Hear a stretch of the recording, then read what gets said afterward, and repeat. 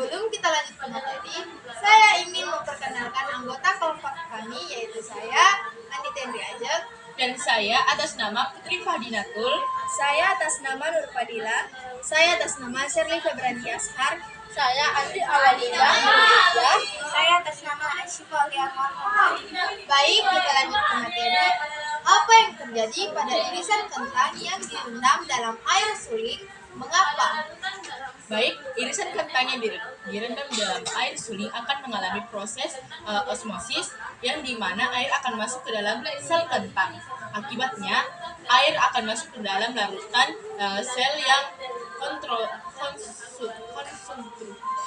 konsentrasinya lebih rendah atau air suling yang memiliki konsentrasinya lebih tinggi.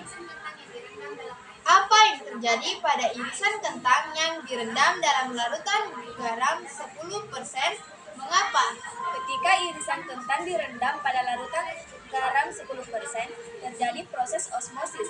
Akibatnya, air akan keluar dari sel kentang menuju larutan garam untuk menyeimbangkan konsentrasi garam pada kedua sisi membran sel. Proses ini terjadi karena air bergerak dari area konsentrasi larutan yang lebih rendah ke area dengan konsentrasi yang lebih tinggi untuk mengurangi perbedaan konsentrasi garam. Apa yang terjadi pada irisan kentang yang direndam dalam larutan garam 20%? Mengapa? Jika irisan kentang direndam dalam larutan garam 20% yang lebih hipertonik dibandingkan larutan di dalam sel kentang, ini menyebabkan kentang menjadi lebih keruput dan mungkin kehilangan tekstur dengan lebih drastis karena sel-sel kentang kehilangan lebih banyak air untuk mengembangkan konstruksi garam yang sangat tinggi di luar sel. Larutan manakah yang bersifat hipotonik, dan isotonik terhadap sel? Yang pertama, larutan hipertonik adalah larutan dengan konsentrasi seluler yang paling tinggi dibandingkan dengan larutan dalam sel kentang. Dalam hal ini, larutan garam 20% bersifat hipertonik terhadap sel kentang. Yang kedua, larutan hipotonik adalah larutan dengan konsentrasi seluler yang paling rendah dibandingkan dengan larutan di dalam sel kentang.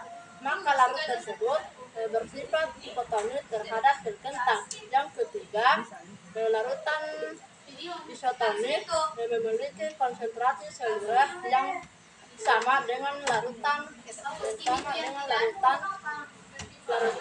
dalam sel kentang, sehingga tidak ada pergerakan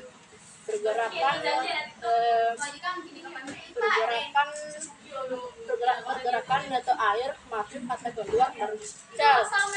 Dalam hal ini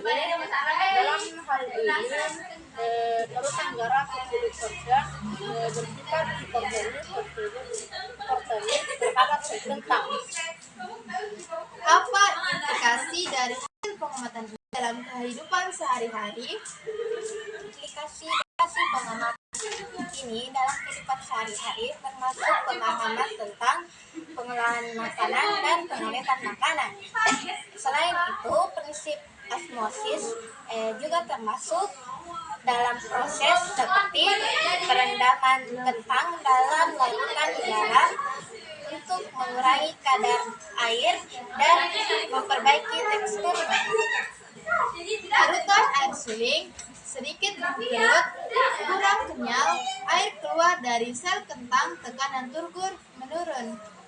10% NaCl membengkak, lebih kenyal, sel kentang menyerap air, tekanan turgor meningkat.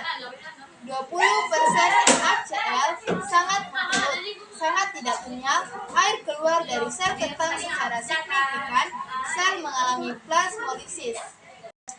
Adalah dalam pengamatan ini memperlihatkan bagaimana osmosis mengatur pergerakan air pada sel tanaman seperti kentang dan bagaimana perubahan lingkungan eksternal memengaruhi keseimbangan air dalam sel. Sekian dari presentasi kami, kurang lebihnya mohon dimaafkan. Wabillahi taufiq wal hidayah. Wassalamualaikum.